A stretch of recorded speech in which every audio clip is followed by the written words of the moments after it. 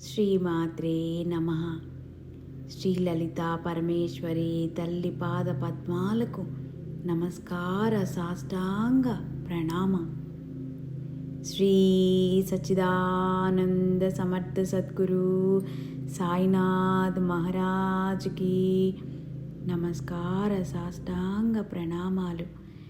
శ్రీ లలితా సహస్రనామ రహస్య అద్వైతామృతాన్ని అందించిన పద్మాజక్క అమ్మకు నమస్కార సాష్టాంగ ప్రణామాలు. శ్లోకం 81. పరా ప్రత్యక్షితి రూపా పశ్యంతి పరదేవత మధ్యమా వైఖరి రూపా భక్త మానసహంసికా. పరా ప్రత్యక్షితి రూపా పశ్యంతి పరదేవత మధ్యమా వైఖరి రూపా భక్త మానసహంసికా.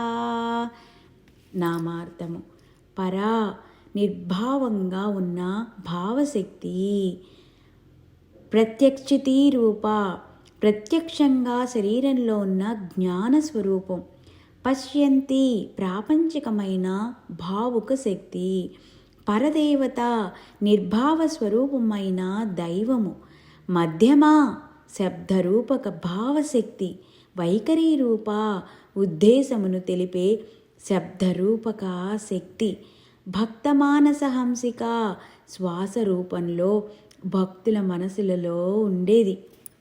శ్లోకార్థము: అమ్మ సృష్టికి ప్రారంభ దశలో ఉన్న శక్తి, ఆ ఆదిశక్తే పరావాక్కుగా ఉంది.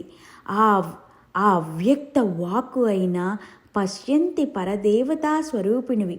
వాక్కులకు మధ్య ఉండు స్థితికి సంబంధించిన వాక్ శక్తి వివిధ భక్తుల మానస సరోవరమునందు హంసిక వలె శోభిల్లు తల్లివి.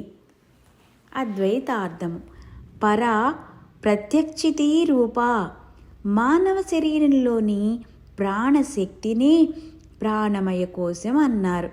ప్రాణశక్తి అనేక కోట్ల పరమాణువులతో ప్రాణామయ కోశంలో నిండి మూలాధార చక్రాన్ని కేంద్రంగా చేసుకుని శరీరమంతటా పరిభ్రమిస్తూ విస్తృతమవుతూ శక్తి తరంగాలను విడుదల చేస్తుంది.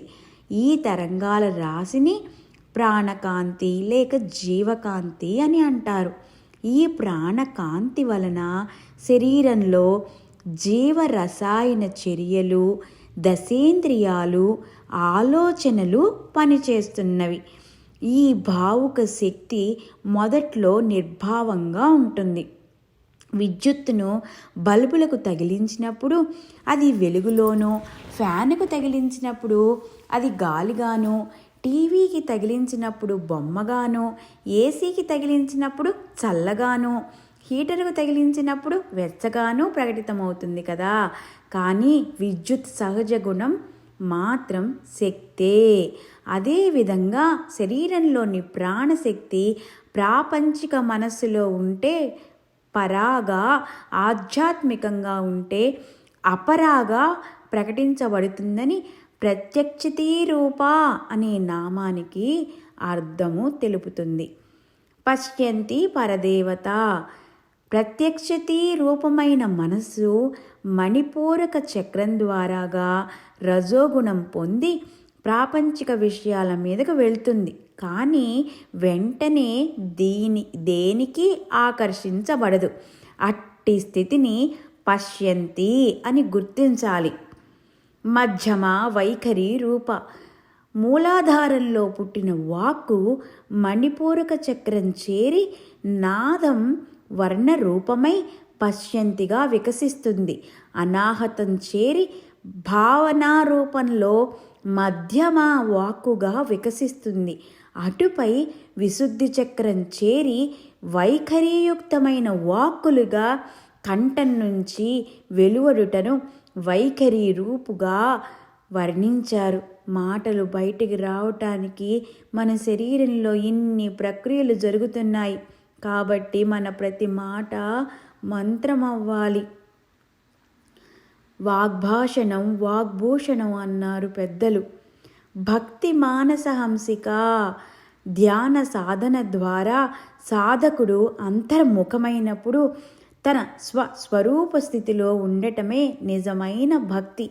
అలాంటి స్థితిలో మన ప్రమేయం లేకుండానే శ్వాస నిలవటాన్నే భక్త మానస హంసిక అని కీర్తించారు. ఈ స్థితిలో సాధకుడు మానస సరోవరములందు హంసలాగా విహరిస్తున్నట్లుగా సదా నిశ్చలంగా ఉంటాడు అని పద్మాచెక్క అమ్మ వివరించారు. పద్మాచెక్క అమ్మకు నమస్కార సాష్టాంగ ప్రణామాలు. శ్రీ లలిత సహస్రనామ రహస్య అద్వైతామృతాన్ని అందించిన పద్మాచెక్క అమ్మకు నమస్కార సాష్టాంగ ప్రణామాలు. శ్రీ సచ్చిదానంద సమర్థ సద్గురు సాయినాథ్ మహారాజుకి నమస్కార సాష్టాంగ ప్రణామాలు. శ్రీ లలితా పరమేశ్వరి తల్లి పాద పద్మాలకు నమస్కార సాష్టాంగ ప్రణామాలు. శ్రీమాత్రే నమః. ఓం శాంతి శాంతి శాంతి.